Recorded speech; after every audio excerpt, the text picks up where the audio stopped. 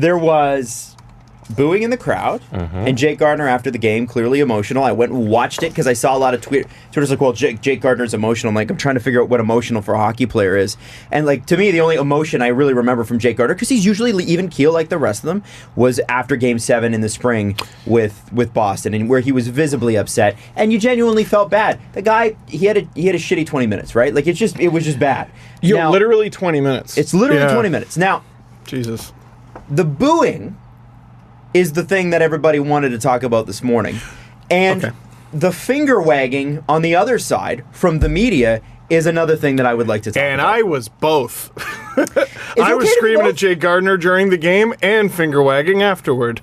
I saw somebody say that if you're not booing Zaitsev and Hainsey, you shouldn't boo Gardiner either. And here's the thing with the booing of the Gardiner. The booing of the Gardiner. The booing of the Gardiner. The thing is, Zaitsev and Hainsey aren't good. So you're not going to boo the guys you know aren't good. The reason a guy like Jake Gardiner gets booed is because people are tired of watching a really good hockey player screw up like that. And it's not that he screws up all the time. I think that argument... Brian McCabe syndrome. Yeah, it's that he screws up. When he does screw up, it's big, and it's the same way each time. He just the Daniel Day-Lewis of defensemen. Oh my goodness. He never makes a movie, and when he does, holy shit, it wins Oscars. Yeah. It's a good one. Now, he is a great defenseman. He's a great defenseman, but he's a high-risk defenseman. That is his game. No. Okay, fine. Because what about... No. You know who's a high-risk defenseman and drives me a little bit nuts? Travis Dermott. Because he goes into everything 200 miles an hour, and he's going that way, offense, going that way. And he takes the risk, and he looks at his partner, and he goes, I'm going for it, Leroy Jenkins, every shift. That is a risky defenseman. And that's why we like Igor Ozhiganov to be there, because he'll never do that. Yeah, you do it, Jake. Yeah, that's great. I scored again. I didn't understand any of that. I'll stay here, So... He's a high-risk guy. Gardiner I was like, good for you for being back there for Mitchie's screw-up. And he just got beat. Now, he beat so badly. He whiffed on the initial, which would have relegated, negated everything. All that came after, has he not, if he doesn't whip on that puck... Whiffed on the puck? Whiffed on the puck. Now, everybody loves to assign blame. People are, Mitch Marner, Jake Gardiner... Mike Babcock, the ice, the puck, Freddie Anderson for not standing up. There were people that I saw some tweets blaming Freddie Anderson. You know who I squarely placed this blame on? Literally. And this is going to be very unpopular. I put it on the entire team, but I want to hear it. Leafs management. Yeah, man. From Brian Burke to Dave Nonis to Lou Lamoriello's regime to Kyle Dubas's regime. From the minute Jake Gardiner arrived in Toronto in the Joffrey Lupul Francois Beauchemin swap. As the throw-in defender. He was just the throw-in guy. As the him or Justin Schultz. That's what it was. We'd have run him out of town by now, by the way. He has been stapled to some of the worst right-handed defensemen to ever put on a Toronto Maple Leafs jersey. No, well, okay, yes. Let's yes. No, let's go through it. Let's go. No, I'm gonna go through 100%. it. Okay, no, you're gonna let me go through it. You're gonna let me go through this. I'm gonna let you go through it, and I got some thoughts. Nikita Zaitsev. Yep. Bad. Nikita Zaitsev, who's on pace, by the way, for 6 points this year. He has not had a primary point in 430 days. Yeah, Thank you, Drag Like Pull, for that one. Yeah, what was it, 94 regular season and playoff games? That's stunning. That's so... How do you play all those games 20 minutes a night and pull that Let off? me keep going through this list, okay? Like you don't even luck into one. Let me keep going through this list. Sure. Connor Carrick, Roman Polak, Martin Marincin, Paul Ranger, Tim Gleason, John Michael Lyles, Stefan Robida. Those are just some of the names that I pulled out that I know that Jay Gardiner played with. Damn. To varying degrees. Now, I know there are some people I'm missing. They put him with Phaneuf very briefly. They put him with Riley. But that's one thing I am getting a little sick of is people going, look at the numbers of the Riley-Gardiner pairing. They only play them in the third period when the Leafs are down, guys. Yeah. Almost, like, at least 75% of the time, that's the situation they're in. Listen, I know that's the Leafs' best possible pairing. They're given the best possible situation. That's why their numbers rock. Bingo. Now, let me keep going here.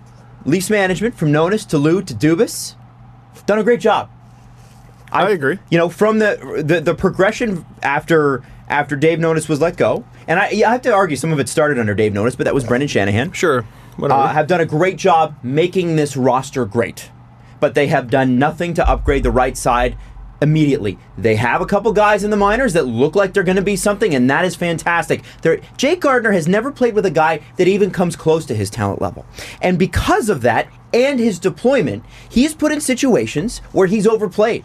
And he overplays his hand because that's his game.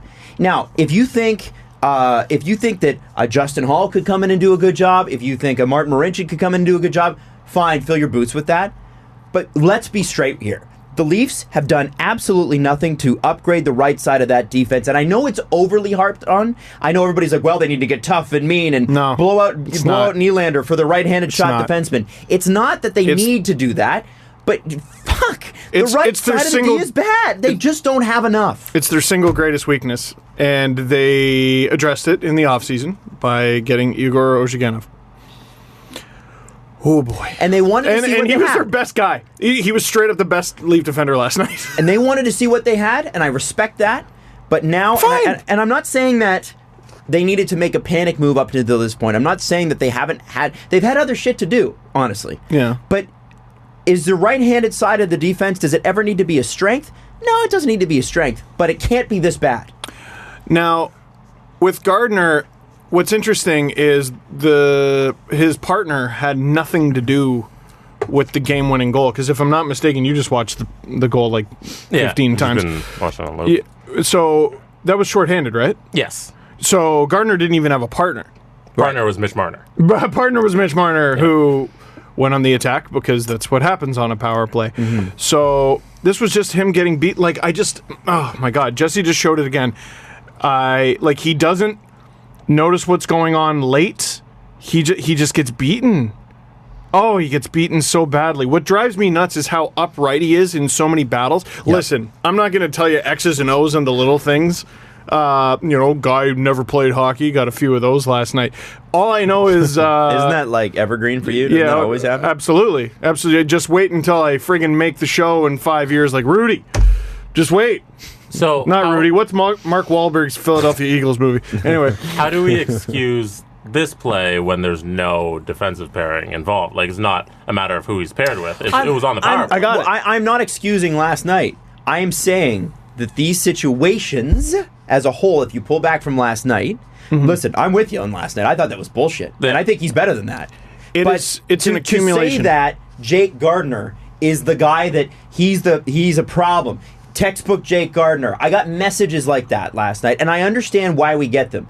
But let's not pretend that Jake Gardiner doesn't have to cover for his defensive partner's issues. Nikita Zaitsev, sorry guys, has been awful. Yeah. I don't know what Mike Babcock's talking about when he says the cycle stops when Nikita's on the ice. That's not true. Single most concerning thing he says. And I wonder... Single most concerning thing he says. And I've said this before. I wonder, Steve, if Nikita Zaitsev, Mike Babcock's playing him there, and he's saying, I'm playing him there till you get me someone better. No, I don't think it's that serious. I just genuinely thinks he's good, and now, I don't get it. Defensemen get beat.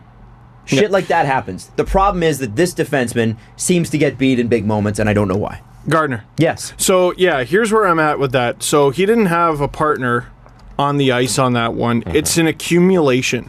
And the accumulation, I think, could relate to what you're saying, is he's forced to carry around a boat anchor. It becomes a resume. Yeah, all the time. It becomes a resume. Austin Matthews literally cost the Leafs the game against Minnesota. No one said shit. No one said a thing. And that's not the first time that's happened with him. No, and you give a younger player a little bit more leeway, and I think that's good. That's the way it should be. On any other night, almost any other player, literally any other player. What other player on the Leafs would get booed like that?